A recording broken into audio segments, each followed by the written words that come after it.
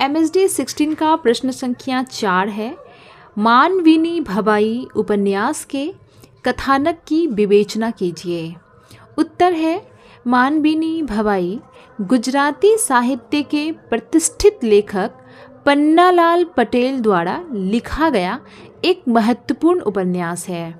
यह उपन्यास मुख्य रूप से गुजरात के ग्रामीण समाज, किसानों के संघर्ष, स्त्री शोषण, सामाजिक रूढ़ियों और भाग्यवाद की गहरी पड़ताल करता है। इसका कथानक एक गरीब किसान कालिदास और उसकी पत्नी गंगा के इर्द गिर्द घूमता है, जो समाज, प्रकृति और भाग्य की कठिनाइयों से लगातार जूझते हैं।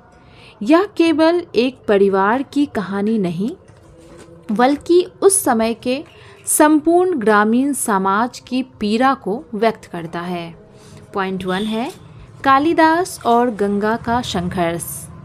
कहानी गुजरात के एक गांव में शुरू होती है, जहां कालिदास नामक एक ईमानदार और मेहनती किसान अपनी पत्नी गंगा और बच्चों के साथ रहता है। पॉइंट है कालिदास एक गरीब किसान है जो अपनी ज़मीन पर खेती करके अपने परिवार का भरण पोषण करता है। अगला पॉइंट है उसकी पत्नी गंगा एक आदर्श गृहिणी है जो अपने पति के संघर्ष में उसका साथ देती है।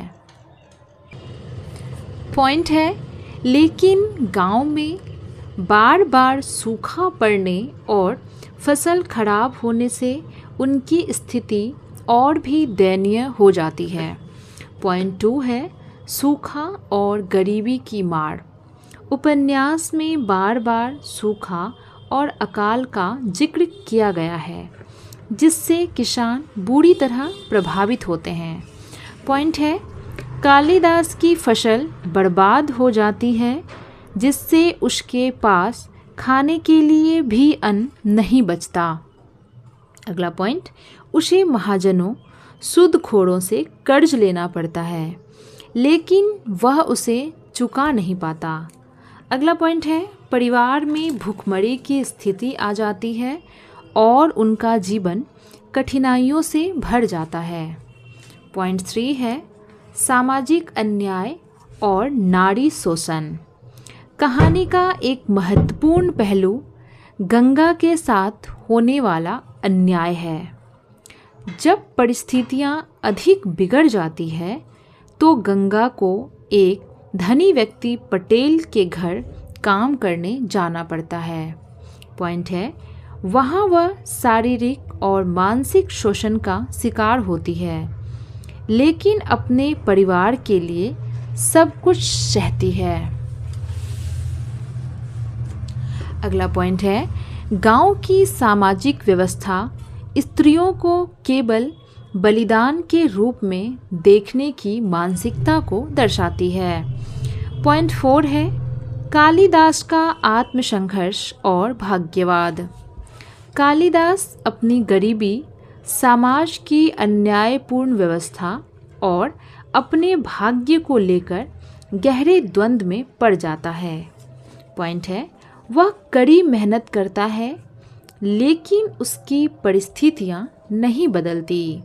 अगला पॉइंट धीरे धीरे वह अपने भाग्य को ही अपनी नियति मान लेता है और संघर्ष करना छोड़ देता है। अगला पॉइंट है यही इस उपन्यास की सबसे बड़ी त्रासदी है कि वह ना तो समाज से लड़ पाता है, ना अपने हालातों से। पॉइंट 5 है उपन्यास का अंत एक कटु यथार्थ। कहानी का अंत अत्यंत मार्मिक और दुखद है। पॉइंट है गंगा का बलिदान व्यर्थ चला जाता है और उसका परिवार संघर्षों से उबर नहीं पाता। अगला पॉइंट कालिदास और गंगा का भाग्यवाद और सामाजिक अन्याय के शिकार बन जाते हैं। अगला पॉइंट है यह अंत दर्शाता है कि किसान और गरीब वर्ग के लिए जीवन एक निरंतर संघर्ष है। जिसमें वे अक्सर हार जाते हैं। इसके साथ ही हमारा इस प्रश्न का उत्तर भी यहीं पे समाप्त होता है। मैं आशा करती हूँ कि आपको हमारा प्रश्न उत्तर का श्रृंखला अवश्य पसंद आ रहा होगा। चैनल पे नए हैं तो इसे सब्सक्राइब कर दीजिएगा, वीडियो पसंद आए तो उसे लाइक कर दीजिएगा, अपने दोस्तों के साथ ज़रूर शेयर कीजिएगा ताकि उनको भी इनका लाभ मिल सके। इसके अलावा अपने प्यार, सुझाव और राय कमेंट सेक्शन में लिखना ना भूलिएगा। मिलते हैं अगले वीडियो में, तब तक के लिए धन्यवाद।